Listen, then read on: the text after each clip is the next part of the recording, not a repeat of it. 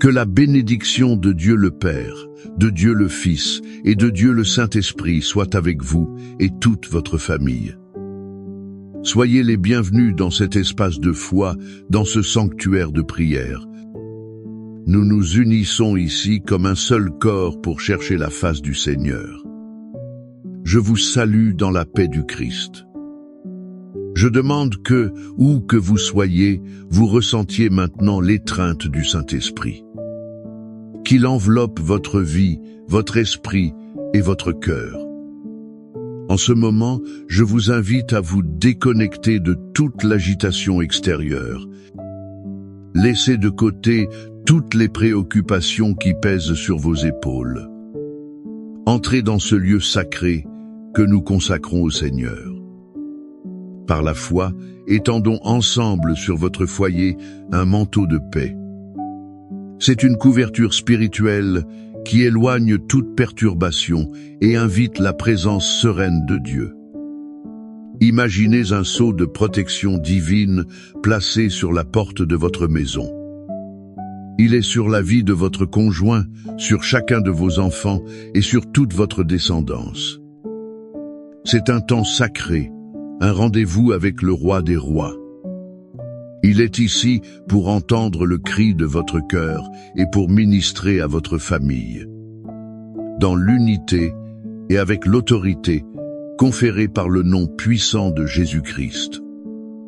Nous nous levons dans la foi comme gardiens de nos foyers. Nous nous positionnons sur la brèche pour nos familles. Nous commençons cette bataille spirituelle, non par nos forces, mais par le pouvoir qui émane du trône de la grâce. Au nom de Jésus, nous nous opposons à tout esprit de division. Celui-ci tente de semer la discorde et la dispute dans nos relations. Nous réprimandons toute œuvre de l'ennemi qui cherche à créer des murs de silence, d'amertume et de manque de pardon. Cela se passe entre maris et femmes, entre parents et enfants. Par le pouvoir du sang de Jésus, nous brisons et annulons tout cycle de conflit. Nous démantelons toute parole de malédiction générationnelle, tout héritage de divorce, de dépendance, de rébellion et de maladie. Cela sait peu être installé dans notre lignée. Nous annulons toute flèche enflammée du malin lancée contre l'esprit de nos enfants. Nous rejetons toute tentative de les emprisonner dans de mauvaises voies, la dépression, l'anxiété ou les déviations d'identité. Nous déclarons que nos enfants sont l'héritage du Seigneur. Ils sont enseignés par Dieu, et grande sera leur paix. Nous ordonnons que tout esprit de dispute, de jalousie, d'envie et d'incompréhension se retire maintenant de nos maisons. Nous proclamons que nos foyers ne sont pas un champ de bataille. Ils sont un sanctuaire de paix, un refuge d'amour, un lieu de la présence de Dieu. Nous couvrons nos finances, notre santé, nos projets et l'avenir de notre famille du sang précieux de l'agneau. Nous déclarons la victoire de Jésus-Christ sur tous les domaines de nos vies. Notre maison appartient au Seigneur. Les portes de l'enfer ne prévaudront pas contre elle. Maintenant, le cœur apaisé et la foi activée, je vous invite à plonger dans les profondeurs de la parole de Dieu. Laissons la prière de guerre un instant et entrons dans le lieu de la réflexion. C'est le lieu où le Père nous parle comme à ses enfants bien-aimés. Il y a une histoire dans les Écritures racontée par Jésus lui-même. Elle révèle le cœur de Dieu pour chaque famille comme aucune autre. C'est la parabole du Fils prodigue. Nous la trouvons dans l'Évangile de Luc, chapitre 15. Imaginez la scène. Un père, propriétaire de nombreuses terres, qui avait 2 fils. Le plus jeune, impatient et désireux de liberté, approche son père. Il lui fait une demande qui, dans cette culture, équivalait à souhaiter sa mort. « Père, donne-moi la part des biens qui me revient. » Le cœur de ce père a dû se briser en 1000 morceaux. Mais, par amour, il a accordé la demande. Il voit son fils tout rassembler et partir pour une terre lointaine. Pouvez-vous ressentir la douleur de cette séparation? Ce père, chaque jour, voyait la chaise vide à table et la chambre silencieuse. Il ressentait l'absence qui déchirait son âme. Pendant ce temps, le fils, loin de chez lui, gaspillait son héritage. Il vivait de manière imprudente et dissolue. Il cherchait le bonheur dans les fêtes, les plaisirs momentanés et les amitiés superficielles. Mais l'argent s'épuisa, les amis disparurent et une grande famine frappa cette terre. Celui qui était autrefois fils d'un homme riche se retrouvait maintenant dans un besoin extrême. Il désirait manger la nourriture donnée aux porcs. C'est au fond du gouffre, dans la plus profonde humiliation, qu'il revint à lui. Il se rappela la maison de son père. Il se rappela que même les serviteurs de son père avaient du pain en abondance. Pendant ce temps, lui mourait de faim. Et alors il prit la décision de revenir. Il prépara un discours de repentir, prévoyant de dire « Père, j'ai péché contre le ciel et devant toi. Je ne suis plus digne d'être appelé ton fils, traite-moi comme l'un de tes serviteurs. » Mais l'histoire nous réserve la partie la plus émouvante. Le texte dit « Alors qu'il était encore loin, son père le vit. » Pensez-y. Le père n'était pas distrait. Il n'avait pas abandonné. Chaque jour, il montait au point le plus élevé de sa propriété. Il regardait la route, attendant, aspirant, le cœur plein d'une espérance qui refusait de mourir. Et ce jour-là, il vit une silhouette familière, une démarche qu'il connaissait. Son cœur s'emballe. Le père n'attendit pas. Mu par une profonde compassion, il courut. Un homme de sa position et de son âge, courant et soulevant ses vêtements. Il oublia sa dignité, mu seulement par l'amour écrasant pour son fils. Il l'embrassa, le baisa à plusieurs reprises. Le fils n'eut même pas le temps de terminer son discours préparé. Le père ne s'intéressait pas aux accusations ou aux pénitences. Il était intéressé par la restauration de son fils. Il ordonna à ses serviteurs « Apportez vite la plus belle robe et revêtez-le en. Mettez un anneau à son doigt et des sandales à ses pieds. Amenez le veau gras et tuez-le. Faisons la fête et réjouissons-nous. Car ce mon fils était mort, et il est revenu à la vie. Il était perdu, et il a été retrouvé. » Cette histoire, bien-aimée, est le portrait du cœur de Dieu pour votre famille. Et d'elle, nous tirons de précieuses leçons pour nos vies aujourd'hui. La première leçon est que l'amour de Dieu, l'amour du Père, n'abandonne jamais. Êtes-vous un père ou une mère le cœur brisé? Un enfant s'est égaré, a pris de mauvaises décisions, est loin de la maison ou loin de Dieu. La communication a-t-elle été rompue et la douleur de l'absence est-elle presque insupportable? Écoutez ceci, le Père Céleste comprend votre douleur. Lui, tout comme le père de la parabole, continue de regarder la route, attendant le retour. Ne perdez pas espoir. Votre amour et vos prières sont comme un phare qui guide le chemin du retour à la maison. L'amour de Dieu n'est pas basé sur notre mérite, il est inconditionnel. La deuxième leçon est qu'il y a toujours un chemin de retour.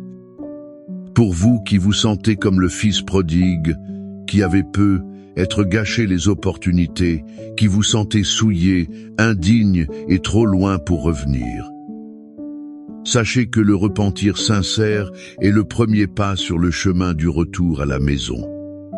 L'humilité de reconnaître l'erreur ouvre les portes à la restauration. Peu importe la profondeur de votre chute, les bras du Père sont toujours ouverts.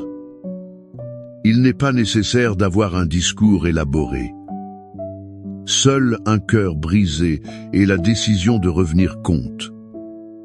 Dieu n'attend pas pour vous accuser, mais pour vous accueillir. Et la troisième et plus puissante leçon est que le pardon est la clé qui restaure la famille. La fête n'a eu lieu que parce que le Père avait entièrement pardonné. Dans nos familles, combien de blessures restent ouvertes par manque de pardon? Combien de relations sont brisées parce que l'orgueil nous empêche de courir à la rencontre de l'autre? La véritable unité et la guérison dans nos foyers ne peuvent fleurir. Elles le peuvent seulement dans un environnement de pardon, tant donner que recevoir. Sommes-nous prêts à offrir le même pardon radical que Dieu nous offre? Sommes-nous prêts à tuer le veau gras de la célébration au lieu de nourrir la vache maigre de l'amertume?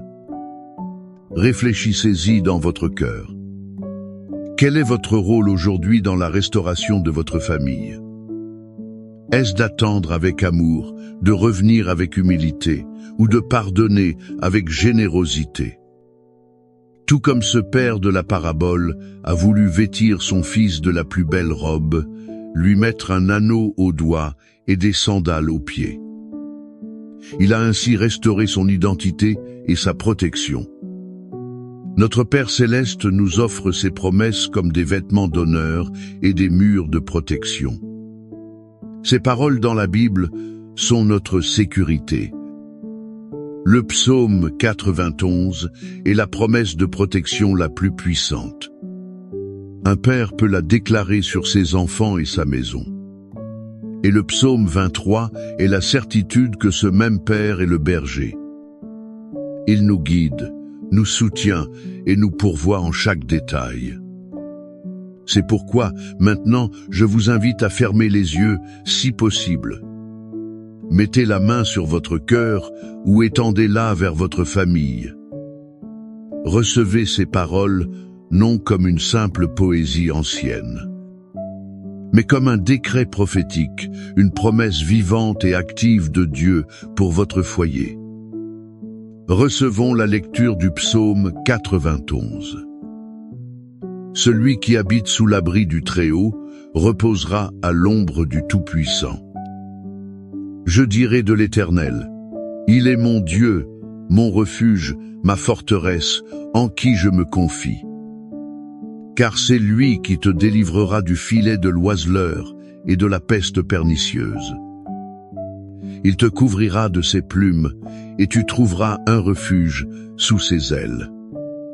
Sa fidélité est un bouclier et une cuirasse. Tu ne craindras ni les terreurs de la nuit, ni la flèche qui vole de jour, ni la peste qui marche dans les ténèbres, ni la contagion qui dévaste en plein midi. 1000 tomberont à ton côté et 10 000 à ta droite. Mais celle-là ne t'atteindra pas. De tes yeux seulement tu regarderas et tu verras la rétribution des méchants. Car toi, Éternel, tu es mon refuge. Tu as fait du Très-Haut ta demeure. Aucun malheur ne t'arrivera, aucun fléau n'approchera de ta tente. Car il ordonnera à ses anges à ton sujet de te garder dans toutes tes voies. Ils te porteront sur leurs mains, de peur que ton pied ne heurte une pierre. Tu marcheras sur le lion et sur l'aspic. Tu fouleras le lionceau et le dragon. Puisqu'il m'aime, je le délivrerai. Je le mettrai en sûreté, car il connaît mon nom. Il m'invoquera, et je lui répondrai. Je serai avec lui dans la détresse. Je le délivrerai et le glorifierai. Je le rassasierai de longs jours, et je lui ferai voir mon salut. Père bien-aimé, Dieu de toute grâce et miséricorde, nous nous approchons de toi en ce moment. Nos cœurs sont remplis de la vérité de ta parole. Tout comme le Père a attendu son Fils, nous savons que tu nous attends. Tu attends aussi nos proches. C'est pourquoi, sur la base de ta bonté et de tes promesses, nous prions maintenant pour chaque famille qui écoute cette prière. Seigneur, nous te demandons pour ces fils et filles qui sont loin. Ils se trouvent dans le pays lointain du péché, de la rébellion ou de l'indifférence. Nous prions pour qu'en ce moment précis, le Saint-Esprit les fasse revenir à eux. Qu'ils se souviennent de l'amour du foyer et ressentent le manque de ta présence. Qu'une sainte insatisfaction de la vie qu'ils mènent les pousse à prendre le chemin du retour. Nous brisons tout orgueil qui les empêche de revenir. Nous déclarons que les liens d'amour qui les unissent à la famille sont plus forts que toute chaîne de l'ennemi. Père, donne à chaque père et à chaque mère la grâce d'attendre avec foi. Accorde-leur de prier sans cesse et de courir les bras ouverts. Ceci, quand le moment de la réconciliation arrivera. Nous prions aussi pour les mariages en crise. Seigneur, toi qui restaures toutes choses, restaure la communication, le respect, l'admiration et l'amour entre les conjoints. Ou qu'il y ait des blessures de trahison, de paroles duras, de négligence. Nous versons le baume guérisseur de ton pardon. Transforme les cœurs de pierre en cœurs de chair. Nous réprimandons l'esprit de divorce. Nous déclarons que ce que Dieu a uni, l'homme ne doit pas le séparer. Que chaque couple redécouvre la joie de la compagnie de l'autre. Qu'ils renouvellent leurs vœux devant toi. Et comme ton psaume 23 nous le promet, nous déclarons que tu es le berger de chaque foyer. Par conséquent, nous ne manquerons de rien. Nous te demandons, pourvois à tous les besoins financiers. Ouvre les portes de l'emploi, multiplie les ressources. Enseigne-nous à administrer avec sagesse ce que tu nous confies. Que le pain ne manque sur aucune table, mais qu'il y ait abondance et plénitude. Afin que chaque famille puisse vivre dignement et être un canal de bénédiction pour d'autres. Seigneur, nous prions pour la guérison physique et émotionnelle au sein des familles. Nous te présentons chaque maladie, chaque diagnostic malin, chaque douleur chronique. Par le pouvoir des blessures de Jésus, nous déclarons la guérison sur les corps. Nous prions aussi pour la guérison de l'âme, pour les blessures du rejet, de l'abus, de l'abandon. Guéris les souvenirs douloureux, libère de la dépression, de l'anxiété et de toute peur. Que ta paix, qui surpasse toute intelligence, inonde chaque cœur et chaque esprit. En ce moment de foi, je veux vous inviter à faire quelque chose de prophétique. Écrivez le nom de votre famille ou votre pétition spécifique dans les commentaires ci-dessous. Ce n'est pas seulement un commentaire, c'est un acte de foi. En écrivant, vous remettez votre cause entre les mains du Seigneur. Vous permettez que nous, comme communauté de foi, nous unissions à vous dans la prière. Nous clamons ensemble pour un miracle dans votre foyer. Que la grâce de notre Seigneur Jésus-Christ, qui nous cherche quand nous sommes perdus, soit sur votre vie. Que l'amour de Dieu le Père, qui nous attend les bras ouverts au balcon du ciel, soit sur votre vie. Que la communion consolatrice du Saint-Esprit, qui nous unit et nous guérit, soit sur votre vie et sur toute votre famille. Que votre maison soit un morceau de ciel sur terre. Un lieu de refuge, de paix, de joie et de salut. Recevez cette bénédiction non comme un simple souhait, mais comme une vérité établie sur votre avenir, aujourd'hui et pour toujours. Amen.